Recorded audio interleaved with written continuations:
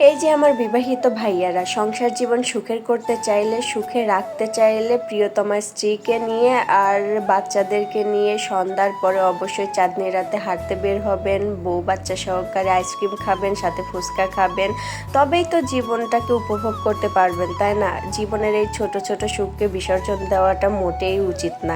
টাকা পয়সা, বাড়ি গাড়ি এসব আপনাকে সুখ দিতে পারে, কিন্তু মনের শান্তি, আত্মতৃপ্তি কিন্তু এইসব ছোট ছোট আনন্দের মাঝখান থেকেই পাওয়া যায়।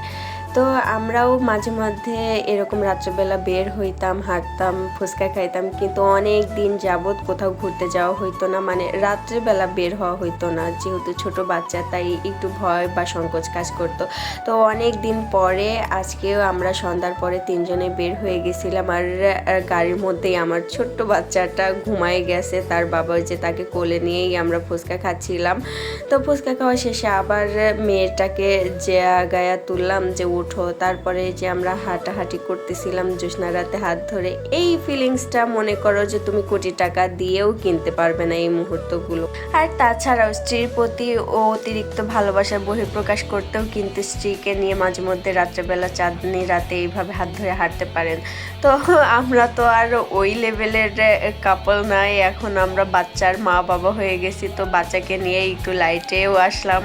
তো এইখানে এসে যে মেয়েকে আইসক্রিম কিনে দিল তার বাবা, শুধু মেয়েকে না আমাকে, আবার সে নিচে, মানে তিনজনেই আইসক্রিম খাবো, আমার জন্য কোন, তার মানে তোমাদের ভাইয়ার জন্য বার চকলেট আইসক্রিম, আর মেয়ের জন্য ছোট কাপ আইসক্রিমগুলো ভ্যানিলা ফ্লেভারের।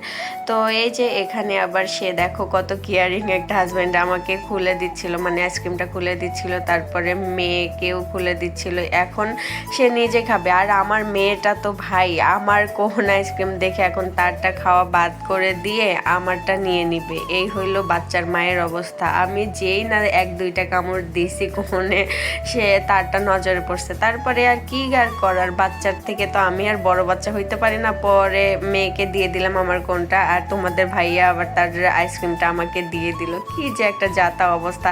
দেখো এখানে আমি আমার মেয়ের কাছ থেকে চাইতেছিলাম যে আমারটা আমাকে দাও, সে বলে যে নো তুমি এটা নাও, সে আমাকে তার কাপ আইসক্রিম দিয়ে দিছে। তারপরে তার বাবা আলায় ভুলায় এই যে তার আইসক্রিমটা মেয়েকে দিল, আর আমার আইসক্রিমটা তার কাছ থেকে নিয়ে আমাকে দিয়ে দিল, কিন্তু মেয়ে তো সে এটা মানতে নারাজ, সে কোনোভাবেই কাপ আইসক্রিম খাবে না। আমার মেয়েটা এত বেশি আইসক্রিম লাভার যে কি বলবো, বাসায় ওর জন্য আইসক্রিম এনে রাখতে হয়। এই তো আমারটা খাইলো, আবার তার নিজের কাপ আইসক্রিমও খাইলো। এরপরে আবার গিয়ে এই যে একটা সুপার শপ থেকে আমাদের কিছু কেনাকাটা করার ছিল, তোমাদের ভাইয়া ডায়েট করবে তো তার কিছু সামগ্রী কেনার দরকার ছিল। সে সেখানে এই যে ফ্রিজ দেখছে, এখন বলতেছে তার বাবাকে হাত ধরে টেনে নিয়ে গেছে যে দাও দাও আবার আইসক্রিম দাও, মানে সে আবার খাবে। দেখো কি কিউট করে দুই হাত জোর করে আইসক্রিম চাচ্ছিল। আবার এই যে তার বাবা বিল পে করতে গেছে, সেই কান্নাকাটি, যে ভাবছে যে মনে হয় বাবা দিবে না আইসক্রিম, সে পিছু পিছু দেখো ছুটে চলছে।